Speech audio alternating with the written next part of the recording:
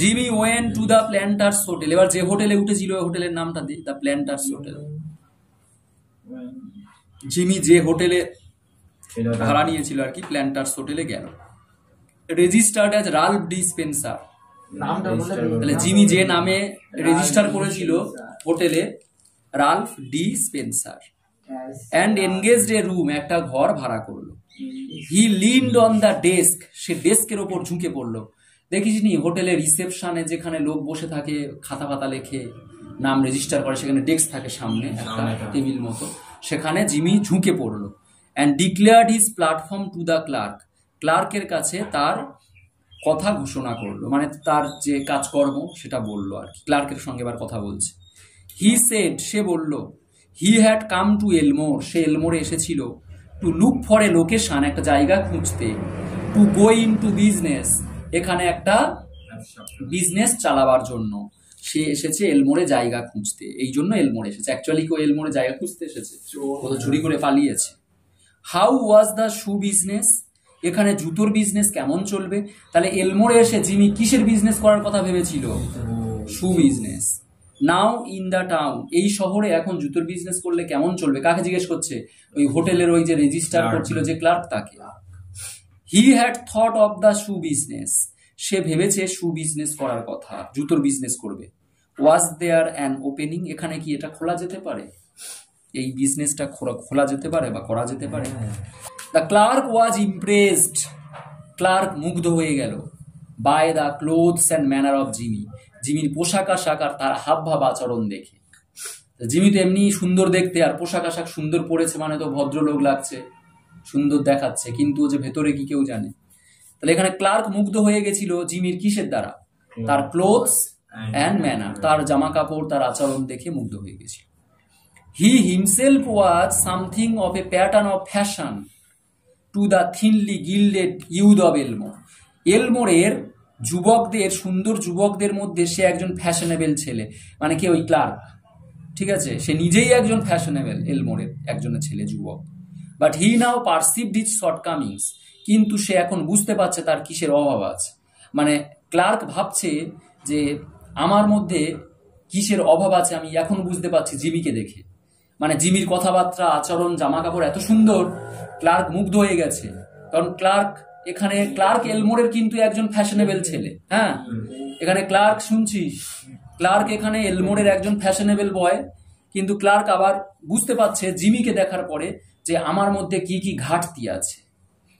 হি নাও perceived his shortcomings, তার মধ্যে ঘাটতি সে বুঝতে পেরেছিল। মানে আরো কেমন হলে আরো সুন্দর লাগবে, এটা আর কি জিমিকে দেখে বুঝতে পেরেছি। While trying to figure out Jimmy's manner of, এবং সে এটা ভাবছিল এইটা দেখতে দেখতে জিমির ম্যানারগুলো। Tying his four in hand, tying মানে বাঁধা, আর ফোর হ্যান্ড ইন হ্যান্ড মানে কি? ওর যে ওই টাই মানে বাঁধা, তো ফোর ইন হ্যান্ড মানে তার টাই বাঁধার যে পদ্ধতি, তার টাই বাঁধার পদ্ধতি, জিমির ম্যানার, এগুলো দেখতে দেখতে সে এটা ভাবছিল।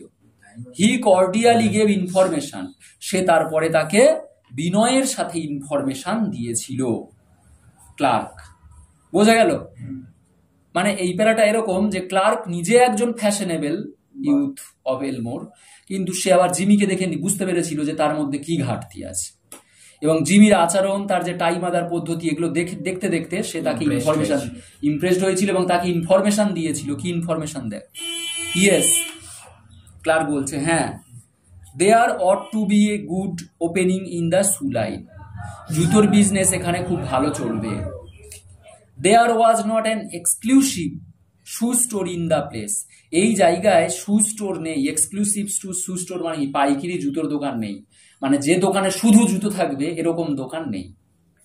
Dry goods and general stores handled them, dry goods মানে কি? শুকনো জিনিসপত্র। জেনারেল স্টোর্স সাধারণ জিনিসপত্রের দোকানে এই হ্যান্ডেল দেম মানে তাদের পাওয়া যায়, দেম মানে জুতো। তাহলে এখানে যে শুকনো জিনিসপত্র বা সাধারণ জিনিসপত্র সব কিছু আছে, যে দোকানে অনেক কিছু জিনিসপত্র আছে সেই দোকানে জুতো বিক্রি হয়। জুতোর পার্টিকুলার জুতো থাকবে এরকম দোকান কিন্তু নেই। ওই জন্য আগের লাইন বলেছে exclusive shoe store in the place, এখানে জুতোর দোকান নির্দিষ্ট করে শুধু জুতো থাকবে এরকম দোকান নেই। অভাব আছে। Business in all lines was fairly good, এখানে সব বিজনেসই ভালো চলবে। ঠিক আছে, নেক্সট। হোপড, আশা করি, mister Spencer would decide to locate in Elmore. তখন বলছে আর কি, যে ক্লার্ক বলছে মিস্টার স্পেন্সার, ও তো স্পেন্সার নাম দিয়েছে, মিস্টার স্পেন্সার নাম দিয়েছে না, জিমি তো হোটেলে উঠেছে নাম দিয়েছে মিস্টার স্পেন্সার, একটু আগে বললাম mister Spencer would decide to locate in Elmore. তখন ক্লার্ক বলছে মিস্টার স্পেন্সার আপনি এই এখানে এলমোরের ঠিক জায়গা খুঁজে পাবেন এবং ঠিক ডিসাইড করেছেন বা করতে পারবেন। He would find it a pleasant town, সে খুঁজে পেয়েছে একটা মনোরম শহর টু লিভ ইন, বসবাসের জন্য।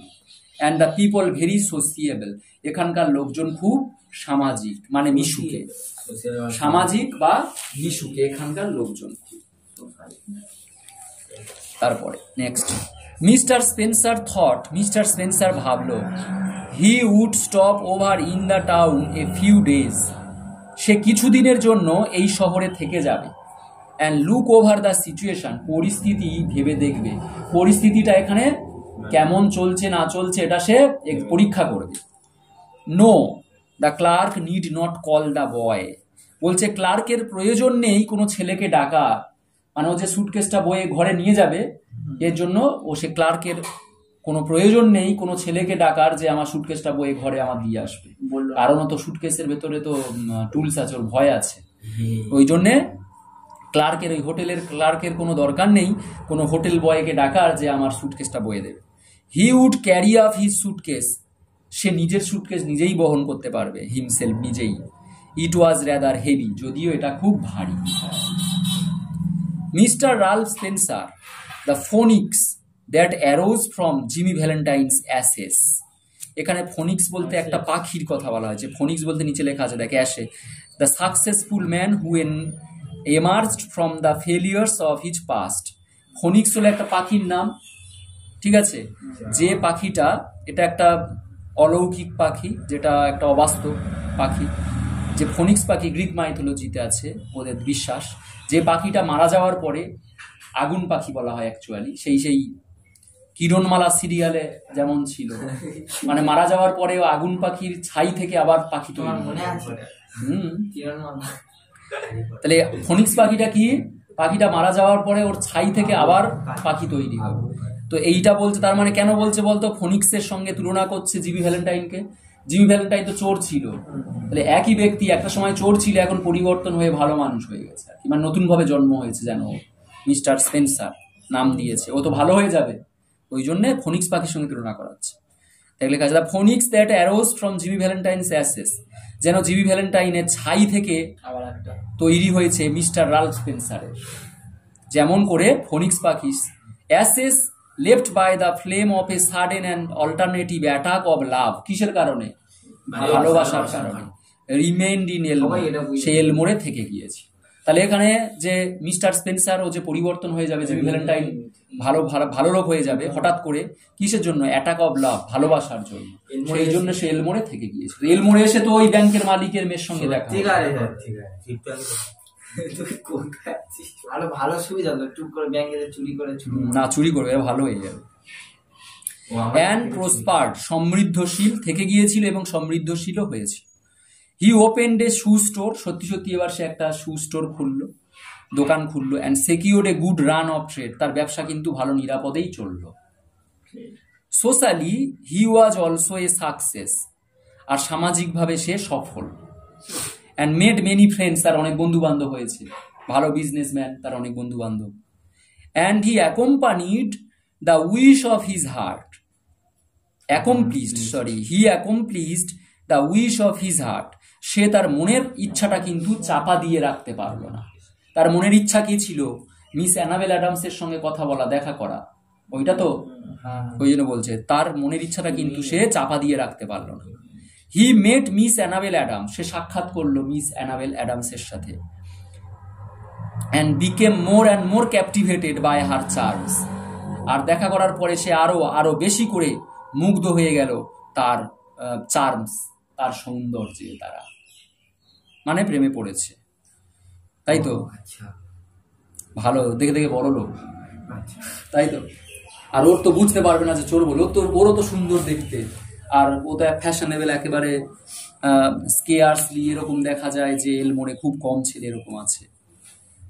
অ্যাট দ্য এন্ড অফ এ ইয়ার, 1 বছর পরে, এবার দেখানো হচ্ছে 1 বছর হয়ে গেছে।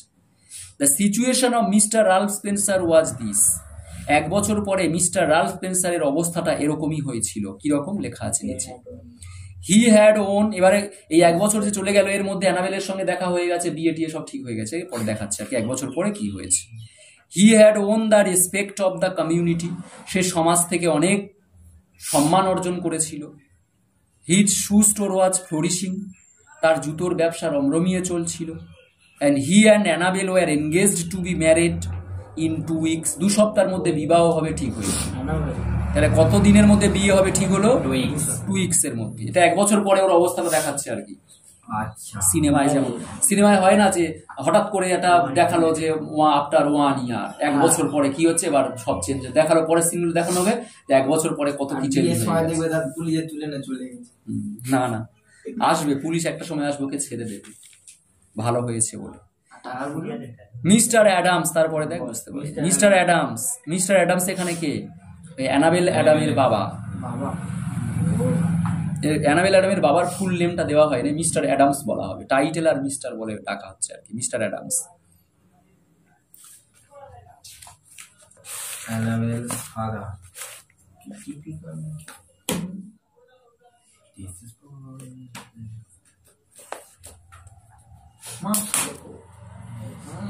পড়াটা ভালো না? এটা আগে পুরনো পড়া, এটা কিন্তু পুরনো পড়া তোদের দিয়ে।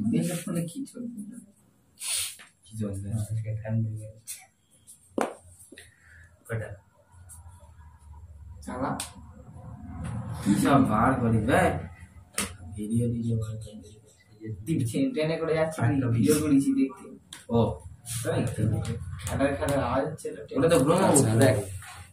এই দেখ, mister Adams the typical plodding country banker. Banker মানে কি? ব্যাংকের মালিক। আর টিপিক্যাল প্লোডিং মানে হলো আদর্শবান যে ব্যাংকার আর কি, আদর্শবান ধনী ব্যাংকার। টিপিক্যাল মানে কি? আদর্শবান।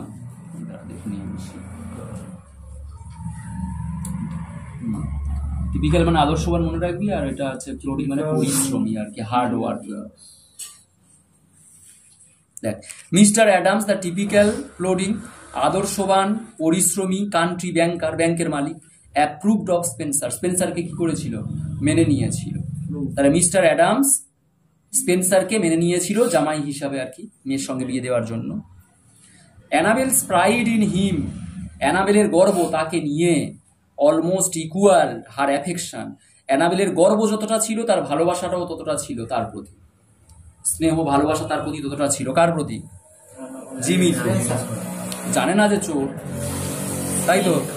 হি was as much at home in the family of mister Adams, আর সে যে মনে হতো যেন তার পরিবারেই আছে, মিস্টার অ্যাডামসের পরিবারে যখন থাকতো।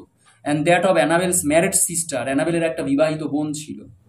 As if you are already a member, মানে সে যখন ওই মিস্টার অ্যাডামসের বাড়িতে থাকতো, তার একটা অ্যানাবেলের একটা বিবাহিত বোন ছিল, তাদের পরিবারে যখন থাকতো ওই জিমি, তখন জিমি একটা স্বাচ্ছন্দ্য বোধ করতো, এরকম মনে হতো যে নিজের বাড়িতেই যেন আছে এবং তাদের পরিবারের যেন একটা সদস্য।